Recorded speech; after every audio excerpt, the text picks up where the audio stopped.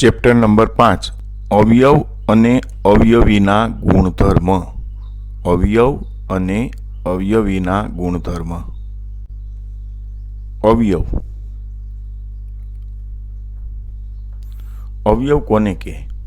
કે આપેલી સંખ્યા જે સંખ્યા વડે વિભાજ્ય હોય તે સંખ્યાને આપેલી સંખ્યાનો અવયવ કહે છે. દાખલા તરીકે 6 છે તો એ 3 વડે વિભાજ્ય છે, તો 3 છે એ 6નો અવયવ છે. બીજું કે દરેક સંખ્યા છે એ પોતે પોતાનો સૌથી મોટો અવયવ છે. તમને એવું પૂછવામાં આવે કે 12નો સૌથી મોટો અવયવ કયો? તો 12.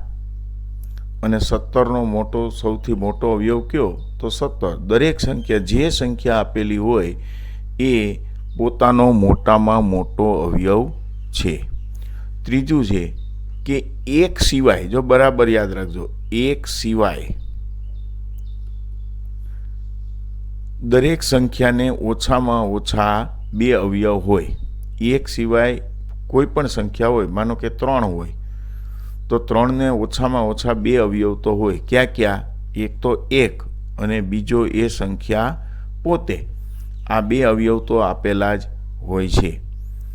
અને 1 છે એ દરેક સંખ્યાનો નાનામાં નાનો અવયવ છે. 1 છે એ દરેક સંખ્યાનો નાનામાં નાનો અવયવ છે. 1 છે એ વિશિષ્ટ સંખ્યા કહેવાય છે, કારણ કે એને પોતાને એક જ અવયવ આવેલો છે. અવિભાજ્ય સંખ્યા.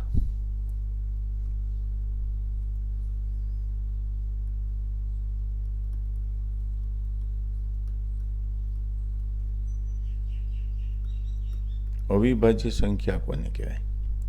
કે જે સંખ્યાને માત્ર 2 જ અવયવ આવેલા હોય એવી સંખ્યાને અવિભાજ્ય સંખ્યા કહે છે. માત્ર 2 જ અવયવ હોય, એક તો એ પોતે અને બીજો 1. સૌથી નાની અવિભાજ્ય સંખ્યા 2 છે. જો ખાલી જગ્યામાં પૂછાય, સૌથી નાની અવિભાજ્ય સંખ્યા 2 છે. 2 એ એકમાત્ર બેકી અવિભાજ્ય સંખ્યા છે. નહીંતર કેવું હોય કે બેકી સંખ્યાઓ બધી વિભાજ્ય સંખ્યા જ હોય, પણ 2 એક એવી સંખ્યા છે કે જે બેકી હોવા છતાં અવિભાજ્ય સંખ્યા છે. અને સૌથી નાની અવિભાજ્ય સંખ્યા કઈ છે? તો કે 2 છે. વિભાજ્ય સંખ્યા.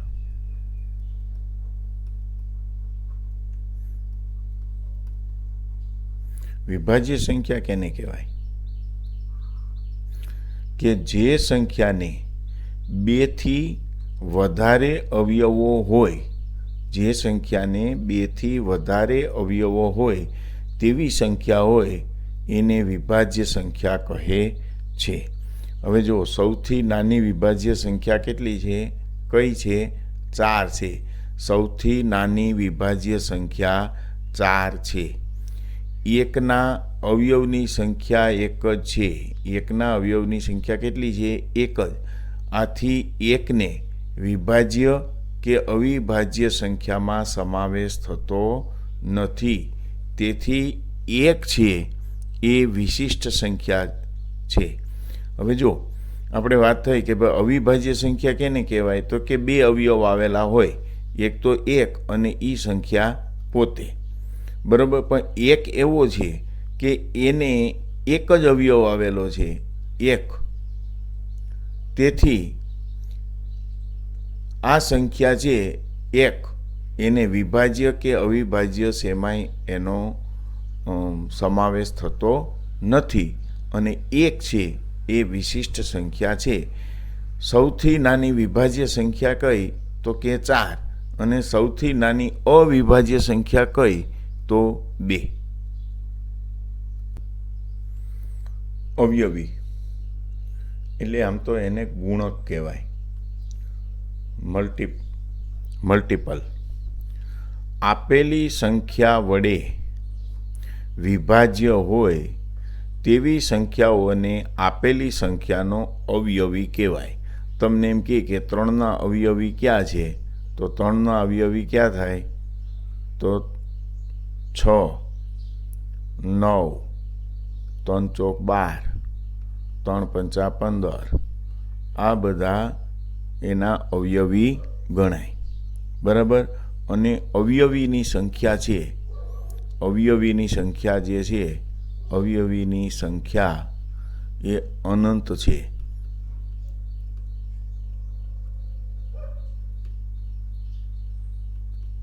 દરેક સંખ્યાનો નાનામાં નાનો અવયવી તે સંખ્યા પોતે છે. 3ના અવયવી ક્યાં થાય, કે 3 એકુ 3, 3 દુ 6, એવી રીતે નાનામાં નાનો અવયવી તે સંખ્યા પોતે જ છે. 0 સિવાયની કોઈ પણ સંખ્યા હોય એના અવયવી છે એ અસંખ્ય છે, એટલે કે અનંત છે. દરેક સંખ્યા હોય એનો એક અવયવી છે. દરેક સંખ્યા એકનો અવયવી છે. કોઈ પણ સંખ્યા હોય એ એકનો અવયવી છે. દરેક સંખ્યા એકનો અવયવી છે. જો અહીં દાખલો આપેલો છે, નીચેનામાંથી કઈ સંખ્યા વિભાજ્ય છે. 4 સંખ્યાઓ આપેલી છે, 123, 109, 59 અને 61. સંખ્યા પદ્ધતિમાં આપણે 100 સુધીની અવિભાજ્ય સંખ્યા જોઈ હતી. એમાં 59 છે એ અવિભાજ્ય છે, 61 છે એ અવિભાજ્ય છે, 109 છે એ પણ અવિભાજ્ય છે. કારણ કે 123 છે ને એ સંખ્યા વિભાજ્ય છે. કારણ કે જો 123ના અવયવ પાડો તો છેલ્લે 3 છે. બરાબર. તો 3થી ભાગ આલે તો 41 તેરી 123 થાય. હવે 41 અવિભાજ્ય સંખ્યા થઈ ગઈ, એટલે 41 એકુ 41. તો જુઓ 123ના કેટલા અવયવ આવ્યા, તો કે 1, 3 અને 41. 2થી અવયવ આના વધી ગયા, માટે આ 123 છે એ વિભાજ્ય સંખ્યા છે. નીચેની સંખ્યાઓમાંથી કઈ સંખ્યા 1 થી 17 વચ્ચેની બધી જ અવિભાજ્ય સંખ્યાઓ વડે વિભાજ્ય છે? તો સૌ પહેલાં 1 થી 17 વચ્ચે અવિભાજ્ય સંખ્યા કઈ આવે? એક તો 2, 3, 5, 7, પછી 11 અને 13. આટલી અવિભાજ્ય સંખ્યાઓ આવે. હવે પહેલી સંખ્યા આપેલી છે કે 5,15,513. 5,15,513 આપેલી છે. અહીંયા એકમનો અંક કેવો છે? એકી. તેથી 2 વડે વિભાજ્ય નથી, એટલે આ સંખ્યા આવશે નહીં. પછી આપેલી છે 3,45,345. 3,45,345. અહીંયા પણ 5ની જે સંખ્યા છે એ એકી સંખ્યા છે, માટે 2 વડે વિભાજ્ય નથી. હવે આ 2 સંખ્યા છે 4,40,400 અને 40 છે. તો શૂન્ય છે, એટલે 2 વડે વિભાજ્ય છે. 3 વડે વિભાજ્ય છે કે નહીં એ જોવા માટે શું કરશું કે આ બધી સંખ્યાનો સરવાળો કરવાનો. જો 0માં 4 નાખો એટલે 4, 4માં 4 નાખો એટલે 8, 8માં 0 નાખો એટલે 8, 8 ને 4 12, 12 ને 4 16. 3 એકુના ઘડિયામાં ક્યાંય પણ 16 આવતા નથી. 3 પંચા 15 સુધી જ આવે, માટે આ સંખ્યા 3 વડે અવિભાજ્ય, 3 વડે ભાગી શકાતી નથી. હવે એકમાત્ર સંખ્યા વધી છે કે 5,10,510 આ સંખ્યા છે એ આ બધી સંખ્યાઓ વડે વિભાજ્ય છે. 5,10,510 એ આ બધી સંખ્યાઓ વડે વિભાજ્ય છે. અહીં એક દાખલો આપેલો છે કે નીચેનામાંથી કઈ સંખ્યા 45 વડે નિશેષ ભાગી શકાય છે? પહેલો છે 1,81,560, 3,31,145, 2,02,860, 2,02,000, 20,23,550. એમાંથી 45 વડે આમાં કઈ સંખ્યાને ભાગી શકાય? જુઓ, 45 છે તો 5 ગુણ્યા 9 એટલે 5 અને 9 બંને વડે જો ભાગી શકાતા હોય તો આપણે એને 45 વડે ભાગી શકતા હોઈએ. તો આ સંખ્યાઓમાં બધો છેલ્લો આંકડો જુઓ, 0, 5, 0 અને 5 છે. તો આ બધી જ સંખ્યાઓ છે એ 5 વડે નિશેષ ભાગી શકાય છે. 5 વડે નિશેષ ભાગવા હોય તો એનો નિયમ શું છે કે કાં છેલ્લે 0 હોવી જોઈએ અથવા તો 5 હોવા જોઈએ. એટલે 5 વડે તો આ બધી સંખ્યા ભાગી શકાય છે. પણ આપણે જે 2,02,860 આ જે સંખ્યા છે એને 9 વડે નિશેષ ભાગી શકાતી નથી. એને 9 વડે નિશેષ ભાગી શકાતી નથી. માટે આમાંથી 2,02,860 આ સંખ્યા છે એને 45 વડે નિશેષ ભાગી શકાય છે. બાકીની સંખ્યાઓને ભાગી શકાતી નથી. હવે સવાલ આપેલો છે કે 40થી નાની હોય અને 5ના ગુણક હોય એવી સંખ્યા કેટલી છે? તો 5ના ગુણક પહેલાં તો સંખ્યા પોતે જ આવે 5, પછી 5 દુ 10, 5 તેરી 15, 5 ચોક 20, પચું 25, 5 છક 30 અને 5 સત્તા 35, 5 અઠ્ઠા 40 થાય, પણ 40થી નાની કીધી છે. તો આવી કુલ કેટલી સંખ્યા છે? 1, 2, 3, 4, 5, 6 અને 7. તો 40થી નાની હોય અને 5ના ગુણક હોય એવી કુલ 7 સંખ્યા છે. કેટલી સંખ્યા છે? 7. એના પછીનો દાખલો છે 30ના અવયવ લખો. હવે પહેલાં તો સૌથી નાનો અવયવ કયો થયો? 1 અને સૌથી મોટો અવયવ કયો થયો? 30. 1 પછી કે આવે 2. 15 ગુણ્યા 2 કરો એટલે 30 થાય. પછી 3 આવે, 3 દાણ 30. 4 એકોના ઘડિયામાં કંઈ 30 આવે નહીં. 5 છક 30. 6ના ઘડિયામાં 6 પંચા 30. એટલે 1, 2, 3, 5, 6 પછી 10ના ઘડિયામાં આવશે 10 તેરી 30 અને 15ના ઘડિયામાં આવશે 15 દુ 30 અને છેલ્લે 30. આટલા આના અવયવ થાય. 30ના અવયવ ક્યાં ક્યાં થાય? 1, 2, 3, 5, 6, 10, 15 અને 30. આ બધા 30ના અવયવ છે.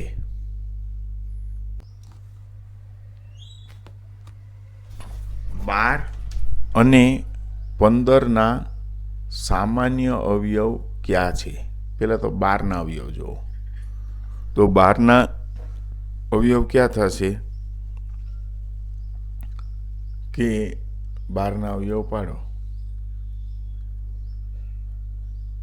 2 છક 12, 2 તેરી 6, 3 એકુ 3. તો 12ના અવયવ ક્યાં થાય? 1 ગુણ્યા 2 ગુણ્યા 2 ગુણ્યા 3 અને 15. તો 15ના અવયવ પાડો તો 3 પંચા 15 અને 5 એકુ 5 એટલે 1, 3 અને 5. તો આમાં સામાન્ય ક્યાં ક્યાં આવ્યા? 1 અહીંયા છે, 1 અહીંયા છે, 3 અહીંયા છે, 3 અહીંયા છે, 2 છે, 2 આમાં નથી. એટલે 12 અને 15ના સામાન્ય અવયવો છે એ ક્યાં ક્યાં થશે? 1 અને 3 છે. અને નીચે કોઈ એક સંખ્યા 50 કરતાં ઓછી છે જેનો 7નો ગુણક છે, જેને 3 અવયવ છે, તો તે સંખ્યા કઈ હશે? બરાબર, 7નો ગુણક છે તો પહેલાં તો 28 જોઈએ.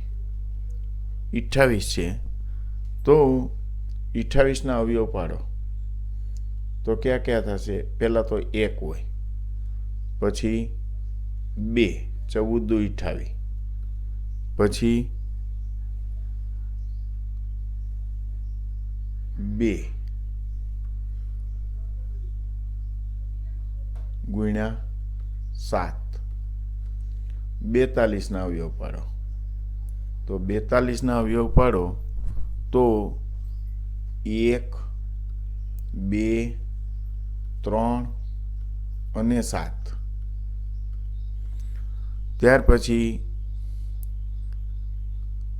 49ના અવયવ પાડો તો 49ના અવયવ કેટલા આવશે? તો કે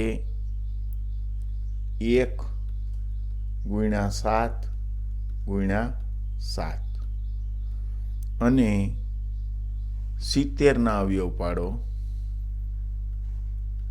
જોકે 70 તો લેવાના જ ન હોય કારણ કે એ સંખ્યા 50 કરતાં ઓછી કીધી છે એટલે 70 તો ક્યાંય ગણવાના આવતા જ નથી. આના અવયવ પાડવાની જરૂર નથી. આ 49 એક એવી સંખ્યા છે કે જે 50થી નાની છે અને 7નો ગુણક આવે છે અને એમાં કુલ 3 અવયવ આવેલા છે. માટે આ 49 એ ઓપ્શન સી છે એ આપણે સિલેક્ટ કરવાનો થાય છે. 37,800ના અવિભાજ્ય અવયવો કયા છે? જો 37,800 આના અવિભાજ્ય અવયવો કયા છે? તો સૌ પહેલાં આપણે કેટલાથી ભાગ અકાવશું? 2થી. એટલે 18 દુ 36, 1 વધ્યો, 9 દુ 18, 18,900. પાછો 2 એ ભાગ હાલશે તો 9 દુ 18, 4 દુ 8, 5 દુ 10, 9,450. પાછો 2 એ ભાગ હાલશે તો 4 દુ 8, 2 સત્તા 14 અને 25 દુને 50. હવે જુઓ 2 હવે ભાગ હાલશે નહીં કારણ કે 5 આવી ગયા એકી સંખ્યા તો 2 ન હાલે તો આપણે 3 જવાનું. પહેલાંનો સરવાળો કરો 5 ને 2 7, 7 ને 7 14, 14 ને 4 18 તો 3 ભાગ હાલે. 3 છક 18 એટલે 3 ભાગ હાલો તો 3 એકુ 3, 1 વધ્યો 17 થયા, 3 પંચા 15, 3 સત્તા 21 અને 3 પંચા 15, 1,575 થયા. તો હજી 3 ભાગ હાલશે. 3 પંચા 15 અને 25 તેરી 75. હજી 3 હાલશે તો કેટલા થશે? 17 તેરી 51, 1 વધ્યો 5, 3 પંચાને 15. હવે 175 આવ્યા તો 5 ને 7 12, 12 ને 1 13, એટલે હવે 3 ભાગ નો હાલે, 5 હાલશે. 5 હાલે તો 5 તેરી 15 અને 25 25 25 35. હજી 5 હાલશે 7, તો 7 એકુ 7. તો આના અવયવ કેટલા આવશે? પહેલાં તો 1 આવે, પછી કેટલા આવશે? એને ગુણ્યા 2 ગુણ્યા 2 ગુણ્યા 2 ગુણ્યા 3 ગુણ્યા 3 ગુણ્યા 3 ગુણ્યા 5 ગુણ્યા 5 ગુણ્યા 7. આ બધા જે અવયવો છે એ 37,800ના અવયવો છે. નીચે પૈકી કઈ સંખ્યા છે એ 316નો અવયવ નથી? હવે એક તો દરેક સંખ્યાનો અવયવ હોય એટલે એક તો છે જ. 158 છે, 158 ને 2 ગુણો, 158 ગુણ્યા 2 એટલે 316 થાય. એટલે આ પણ એનો અવયવ છે. 79, 79 ને 4 ગુણો તો 316 થાય. તો આ 79 પણ 316નો અવયવ છે. આ 8 એક એવો સંખ્યા છે, 8 એ 316નો અવયવ નથી. એટલે ઓપ્શન ડી છે એ જવાબ સાચો છે. 30ના કુલ અવયવો કેટલા છે? તો પહેલાં તો 1 હોય અને છેલ્લો 30 હોય. પછી 2 ગુણ્યા 15 કરો એટલે 15 દુ 30. પછી 3 દાણ 30, 5 છક 30, 6 પંચા 30, 10 તેરી 30 અને 15 દુ 30 અને 30 એકુ 30. એટલે 1 2 3 4 5 6 7 અને 8. તો 30ના કુલ અવયવ કેટલા છે? કુલ અવયવ 8 છે.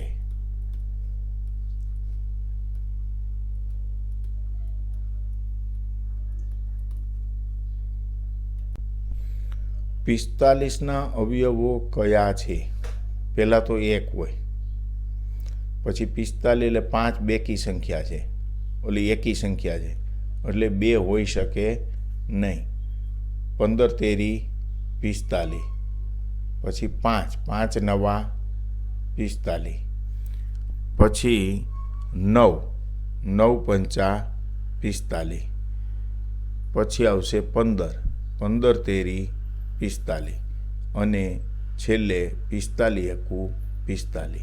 45ના અવયવો છે 1 3 5 9 15 અને 45. પછીનો દાખલો છે 6ના પ્રથમ 4 અવયવીઓનો સરવાળો કેટલો થશે? તો 6નો પ્રથમ અવયવી કેટલો થાય? પહેલાં તો 6, પછી 6 દુ 12 વત્તા 6 તેરી 18 વત્તા 6 ચોક 24. હવે 12 ને 6 18, 18 ને 18 36, 36 40 ને 20 60. ટોટલ સરવાળો આનો 60 થશે. 6ના પ્રથમ 4 અવયવી એટલે અવયવી એટલે 6 એકુનો ઘડિયો જ બોલવાનો. પહેલાં 6 એકુ 6 વત્તા 6 દુ 12 વત્તા 6 તેરી 18 વત્તા 6 ચોક 24. આ ચારેયનો તમે સરવાળો કરો તો 60 થશે. 6ના પ્રથમ 5 અવયવી નો સરવાળો કેટલો થાય? તો 6 એકુ 6 વત્તા 6 દુ 12 વત્તા 6 તેરી 18 વત્તા 6 ચોક 24 વત્તા 6 પંચા 30. તો 6 માં 12 નાખો એટલે 18 થયા, 18 માં 18 નાખો એટલે 36 થયા, 36 માં 24 નાખો એટલે 60 થયા, 60 માં 30 નાખો એટલે 90 થાય. 6ના પ્રથમ 5 અવયવીનો સરવાળો 90 થશે. જો ધ્યાનથી જોજો, 6ના પ્રથમ 5 અવયવીનો પહેલાં સરવાળો કરવાનો છે. તો 6 વત્તા 6 દુ 12 વત્તા 6 તેરી 18 વત્તા 6 ચોક 24 વત્તા 6 પંચા 30. તો આગલા દાખલામાં આ બધાનો આપણે સરવાળો કર્યો હતો, તો સરવાળો કેટલો આવ્યો હતો? 90. એવું લાગે તો પાટીમાં કરી નાખવાનો. તો 90 છે. હવે શું કહે છે? એકમનો અંક કયો છે? 0 અને દશકનો અંક કયો છે? 9. આ બેની બાદબાકી કરો તો કેટલો તફાવત આવે? તો 9માંથી આપણે શું બાદ કરવાનું? 0. 9માંથી 0 બાદ કરો તો કેટલો તફાવત હશે? 9 તફાવત હશે. ત્યાર પછીનો દાખલો છે કે 13ના પ્રથમ 7 અવયવીનો સરવાળો નીચેના પૈકી કોની નજીકનો થશે? તો પહેલાં તો આપણે કામ કરવાનું. 13ના 7 અવયવી એટલે 13 એકુ 13, 13 દુ 26, 13 તેરી 39, 13 ચોકું 52, 13 પંચા 65, 13 છીકે 78 અને 13 સત્તા 91. 7 કીધા છે ને? 1 2 3 4 5 6 અને 7. આ બરાબર. આ બધાનો પહેલાં સરવાળો કરવાનો. તો આ બધાનો સરવાળો કરશું ને તો 364 થશે. કેટલો થશે? 364. હવે આ 364 છે, આ તમે નોટમાં સરવાળો કરજો એટલે 364 થશે. આમાં કેની નજીક છે? 360, 365, 370 કે 375? કેની નજીક છે? 365ની નજીક છે. તો આનો 365ની નજીક છે. નીચેની સંખ્યાઓમાંથી કઈ સંખ્યા 12નો અવયવી છે? હવે જો 12 ગુણ્યા 12 કરો ને એટલે 144 થાય. બાકી 12 એકોના ઘડિયામાં ક્યાંય 110, 109 કે 113 આવતા નથી. તો 144 છે એ 12નો અવયવી છે. જુઓ, એવી નાનામાં નાની સંખ્યા શોધો કે જેને 72 વડે ગુણવાથી પરિણામ મળે તે 112નો અવયવી હોય. ધારો કે 72 ને x વડે ગુણી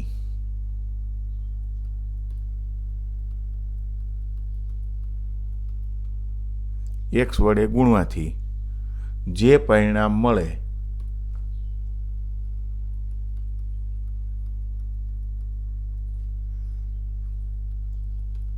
તે 112 હોય. બરાબર. તો આપણે શું કરવાનું કે 72 ગુણ્યા x બરાબર 112. તો x બરાબર કેટલા થાય? 112 એમને એમ રહે. છેદમાં આ 72 અહીં ગુણ્યા છે તો શું થઈ જશે? ભાગ્યા. હવે જુઓ 14 અઠ્ઠા 112 બરાબર. 14 અઠ્ઠા 112 અને 9 અઠ્ઠા 72. 9 અઠ્ઠા 72 એટલે એક્સનો ગુણક 7 હોય. એક્સનો ગુણક આપણને કેટલો કીધો છે? 7. તો 14 આપેલો છે અહીંયા. 14 આપેલો છે તો 14 કયો આવે? જે 7નો ગુણક છે એ 14 આપેલો છે, જે અહીંયા 14 છે. બાકી આનો 6, 12 કે 18, 6, 12 કે 18 એ આવે નહીં. હોમવર્કના દાખલા છે કે 7ના પ્રથમ 5 અવયવીઓનો સરવાળો કેટલો થશે અને 32ના અવયવ કયા છે. ત્રીજો દાખલો છે 56ના અવયવો કેટલા છે અને 5ના પ્રથમ 5 અવયવીઓનો સરવાળો કેટલો થશે.